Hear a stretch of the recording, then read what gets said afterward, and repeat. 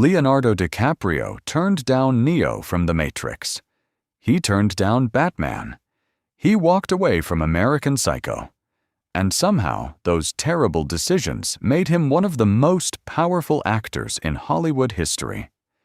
Because while most actors spend their entire careers chasing one iconic movie, Leo accidentally collected them. Titanic, The Wolf of Wall Street, Inception, Django Unchained, The Revenant. Catch Me If You Can. His films have made over $7 billion. He survived the biggest fame explosion of the 1990s, worked with Scorsese, Tarantino, Nolan, and Spielberg, and spent nearly 30 years at the top of Hollywood without ever truly falling off. But despite all of that, some people still believe Leonardo DiCaprio is overrated. They say he never disappears into roles that every character still feels like. Leonardo DiCaprio. Others believe he's one of the greatest actors of his generation.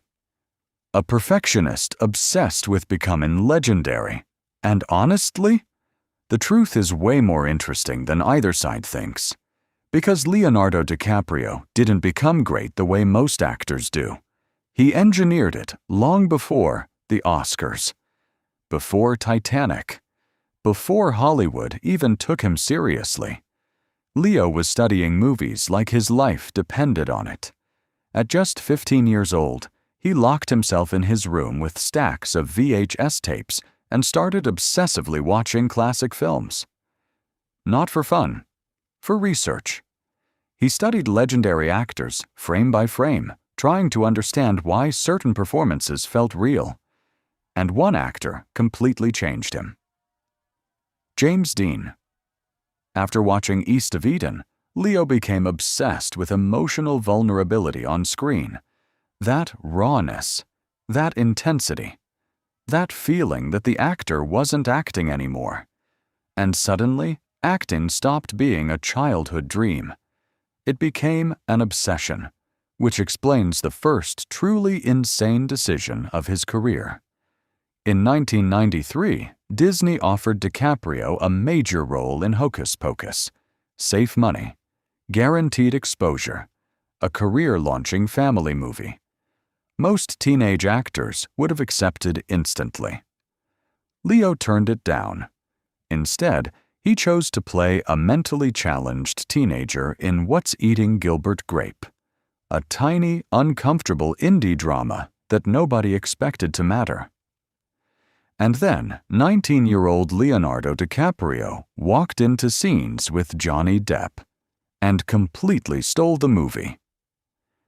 The performance was so convincing that some viewers genuinely believed he was mentally disabled. And just like that, Hollywood realized this kid wasn't normal. He got his first Oscar nomination before turning 20, but then came Titanic. And Titanic almost ruined everything. Because overnight, Leonardo DiCaprio stopped being an actor. He became a global obsession. Teenagers screamed when he walked outside. People chased his cars. Magazines treated him like the most attractive human being alive. And Hollywood suddenly saw him as something dangerous. A pretty boy. That label destroys careers. Especially for young actors. Because once Hollywood puts you in that box, getting out is nearly impossible. But this is where Leo became different. Most actors after Titanic would have accepted every giant blockbuster possible. Leo went the opposite direction. He turned down Robin in Batman Forever, nearly became Neo in The Matrix before backing out, walked away from American Psycho, passed on easy franchise fame, and instead started hunting directors. Scorsese, Spielberg. Tarantino, Christopher Nolan. That strategy changed everything, because Leonardo DiCaprio slowly transformed from celebrity into credibility. Every few years, he reinvented himself. In Catch Me If You Can, he was charming. In The Aviator, obsessive. In Blood Diamond, ruthless. In The Departed, paranoid. In Shutter Island, psychologically shattered. And then came The Wolf of Wall Street, the performance that perfectly explains why people both love and criticize Leonardo DiCaprio. Because Jordan Belfort isn't subtle. He's loud, explosive, completely out of control. And Leo attacked the role like a man possessed. The chest-thumping scene? Improvised. The famous Quaalude crawl? One of the most physically insane sequences ever performed in a Hollywood film. Watching him in that movie feels less like watching acting, and more like watching somebody lose their mind in real time. But not everyone loves that intensity. Some critics believe DiCaprio tries too hard, that audiences never fully lose themselves in the character because Leo's energy is too recognizable. Even actor Manoj Bajpayee once said DiCaprio puts in so much effort that viewers can actually feel him working.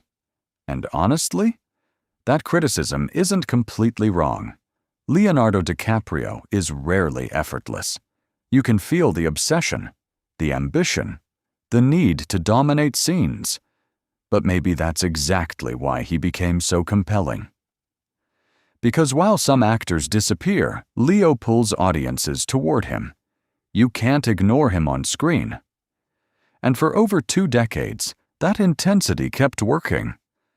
The movies kept making money. The performances kept getting nominated. And yet, there was one thing he still couldn't win: the Oscar. For years, the internet turned Leonardo DiCaprio losing Oscars into a worldwide meme. Every ceremony became the same story: another nomination, another loss.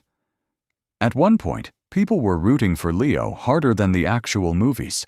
And weirdly, the losing made him bigger. Because now, audiences weren't just watching a superstar. They were watching unfinished greatness. Then, in 2015, DiCaprio went completely insane. For The Revenant, he dragged himself through frozen rivers, slept inside animal carcasses, and ate raw bison liver despite being vegetarian. The performance felt brutal, painful, almost self-destructive. And after decades of pressure, Leonardo DiCaprio finally won Best Actor. But by that point, the Oscar almost didn't matter anymore, because the real achievement was survival.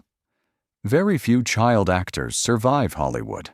Almost nobody survives Titanic-level fame, and even fewer stay relevant for 30 straight years. Leonardo DiCaprio survived all of it. Was he the greatest actor ever? Maybe not. Daniel Day-Lewis transforms more completely. Christian Bale pushes his body further. Joaquin Phoenix feels more unpredictable. But Leonardo DiCaprio mastered something almost no actor ever masters: consistency. For decades, he repeatedly chose the right scripts, the right directors, and the right risks. And in an industry where careers collapse overnight, that might be the rarest talent of all. Because Leonardo DiCaprio wasn't just a movie star. He was a strategist, a perfectionist, a kid studying VHS tapes alone in his bedroom, who slowly turned himself into Hollywood royalty.